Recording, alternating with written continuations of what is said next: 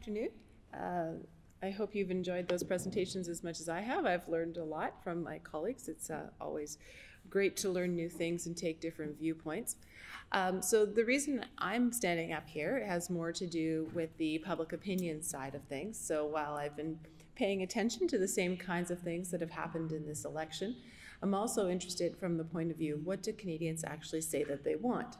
And I think that that is pretty much something we have to keep in mind because I think our willingness or the political will to move towards any greater use of election technology will in many ways be dependent upon whether or not there's a demand on the part of citizens. And in fact, Holly was very helpful when she put together this panel because she gave us some questions to think about as we prepared our remarks. And the first one was, why should the public or the media or the government or academics be concerned or not about this area? And I mean, I think when it comes to thinking about our elections, one of the things we always pay attention to is the turnout rate. We care that, in fact, citizens do engage with elections, that they do get involved, etc. And so when it comes to things like making it easier to vote, right? This is, I think, one of the reasons that we care about this a lot. And so Elections Canada, not at this time, dealing with the issue of online voting, but we've seen, as Alex helpfully put up, that lots of other jurisdictions in Canada have, in fact, embraced some of these new technologies.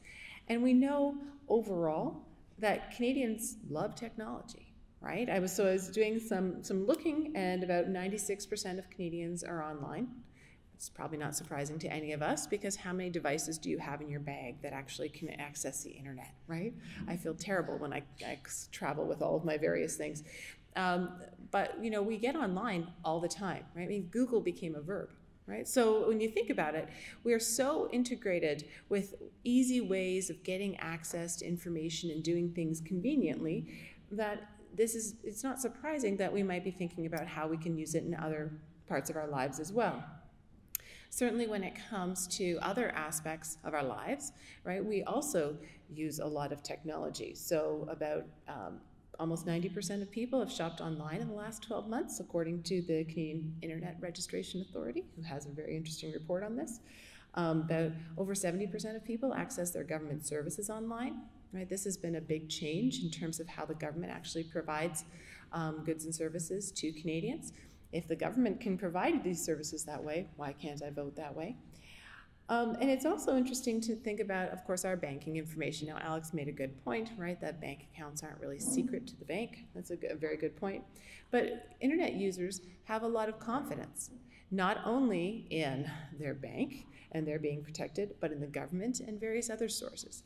In many ways, it's kind of like the Wild Wild West, where we're all just, you know, sitting with our heads in the sands. That's what I actually got out of what my colleagues were saying here, right? Everybody's just sticking their heads in the sand saying, no, it's not going to happen here, it's not going to happen here, it's not going to happen here. And, you know, that's a real big vulnerability that we all have to face.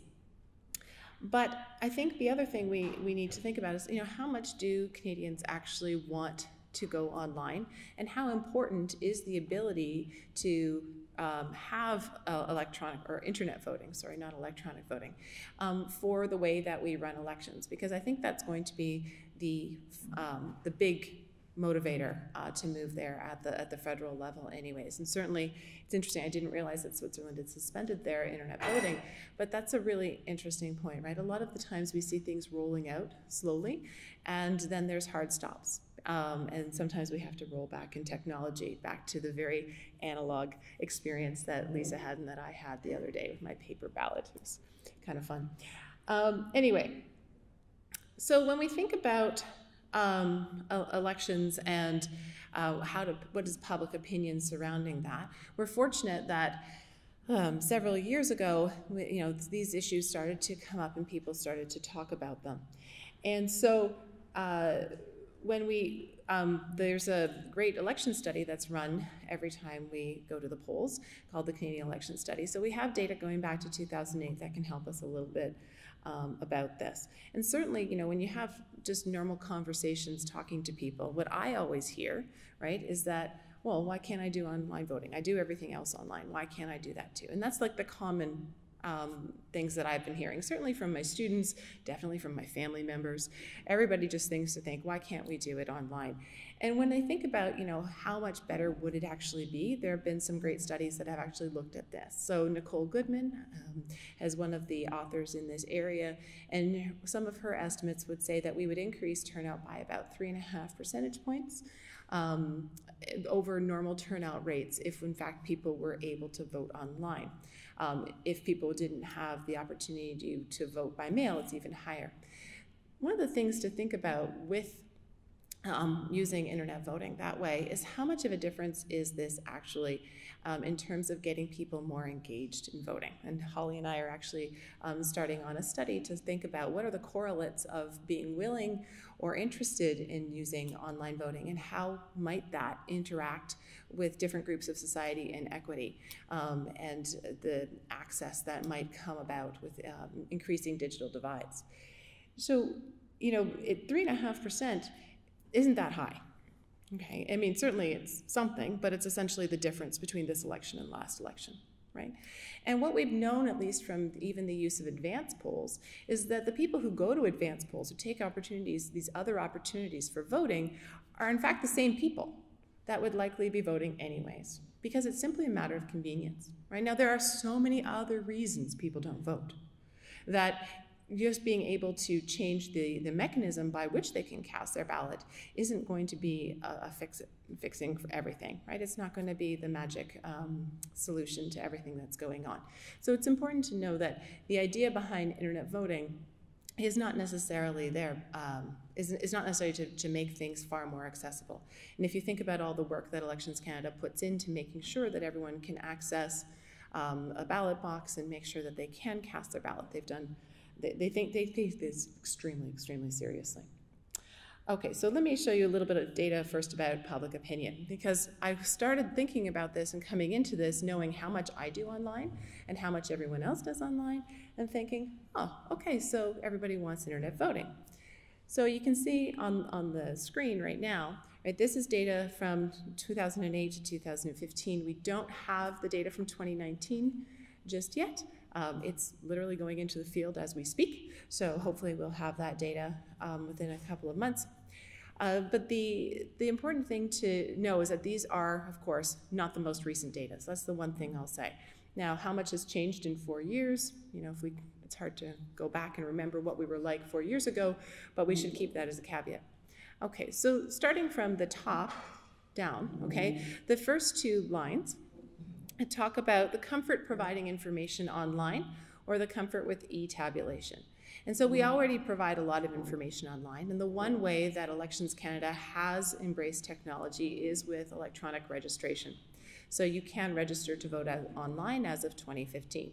And when this was last asked about 75% of Canadians said that they were very or somewhat comfortable with providing their information that way. The comfort level with e-tabulation, which is just those machines, the one that was broken when I went to vote in the Ontario election, it is a little bit lower. It's at 61%. But when we get to thinking about actually voting online, we get some other kinds of points. So it's interesting and somewhat of a, I guess, a little bit contradictory. If you look at the first line, right, 75% are comfortable with providing their information online, yet 41% are saying that voting over the internet is risky. It's still that's a significant number, right? And lots of people think it is a risky enterprise. The number who think that voting online, however, is either just too risky or just plain out risky is a majority, right? It's over 50%. Now, that's not a huge majority, though. Right? And so this is something to be looking at. Like, I was surprised when I looked at this data that how close everything was to the middle point, where people were like, yeah, kind of, maybe, it's okay. Like, it's kind of that middling ground, right? And then, of course, the last line is Canadians should have the option to vote online. This was asked in 2011. So again, we'll be able to know about 2019 in a couple of months.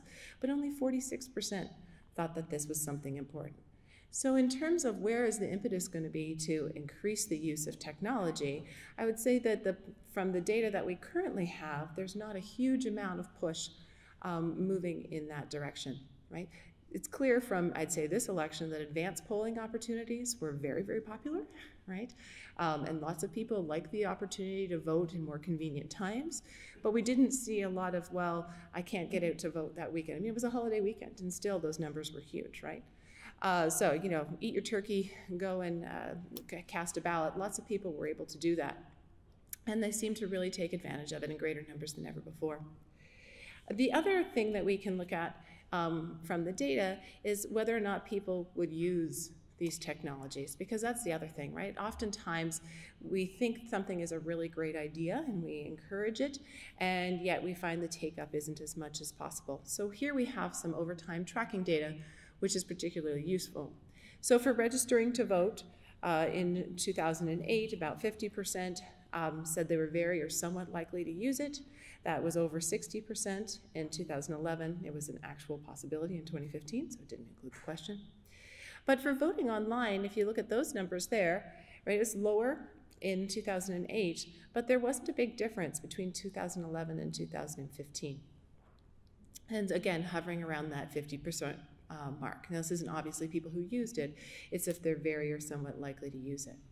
Now, we don't know what the data is going to look like for this election, but several things come to mind, and a lot of it is what Alex actually just thankfully put up, so good thing I didn't look all that stuff up. He gave you all these details about what has actually come to pass when people are using internet technologies for casting ballots, and the amount of information that people now have about the concerns with trusting technology too much, right? Even simple things like when we go to, you know, e-transfer money. Oh, it's so easy to do, right? We can just pass money back and forth, like that commercial that showed them fighting over who's going to pay. Except when the transfers get intercepted, or there's losing large amounts of money, et cetera. Right? There's really real risks that are out there, and it's basically, you know, the sky's the limit in terms of how creatively you can hack into someone's life, right? So that's always of interest.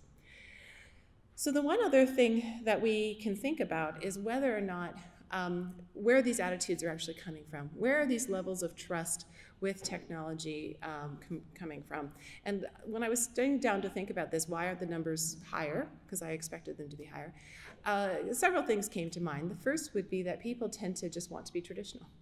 They like the experience of going to a voting booth. They like casting a ballot. They like marking that X in the box. They like putting it in the ballot box. And that might seem very trite, but we do know that one of the biggest things that gets people to actually go to the polls is a sense of civic duty that has no tangible value to it whatsoever, right? It's just this personal idea that it motivates a lot of people. And so that kind of traditional aspect of it could possibly be there. Of course, there's also a concern with technology that could motivate people to not trust being online. There's also, of course, the threat of all the kinds of security concerns that were mentioned by the first two speakers. And so on that, we have a little bit of data that we collected this summer, and Holly mentioned that I'm one of the co-directors of the Consortium on Electoral Democracy, and one of the things we're doing, in addition to running the Canadian election study currently, is we ran something what we call the Democracy Checkup over the summer. And we'll be doing this yearly. This summer, because we were heading into an election, we decided to split the sample that we gathered over the 4 months of the summer, and we wanted to ask people, how concerned were they about foreign interference? And, you know, given that a lot has transpired since 2015, and certainly the American experience is very informative, we developed this question. So the question was, how blank are you that our elections are safe from foreign interference? And the blank was either how confident or how worried. And what you can see up there, I've summarized it in the little table on the side, is that first off, there's not a heck of a lot of difference between asking someone if they're confident the elections are safe or if they're worried the elections are safe.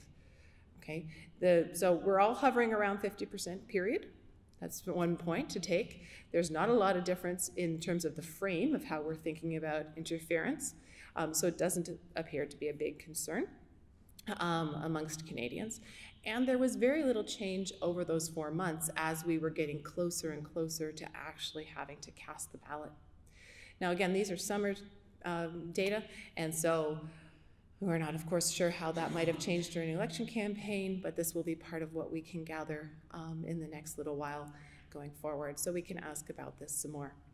And I just want to end on one point. I think I have a minute left, I hope, which is that a lot of what has been said today talks about, the concerns for democracy as a whole. And I totally think that that is something we need to spend a little more time contemplating. So not just the idea that, you might not be sure of the results. That's a very important one.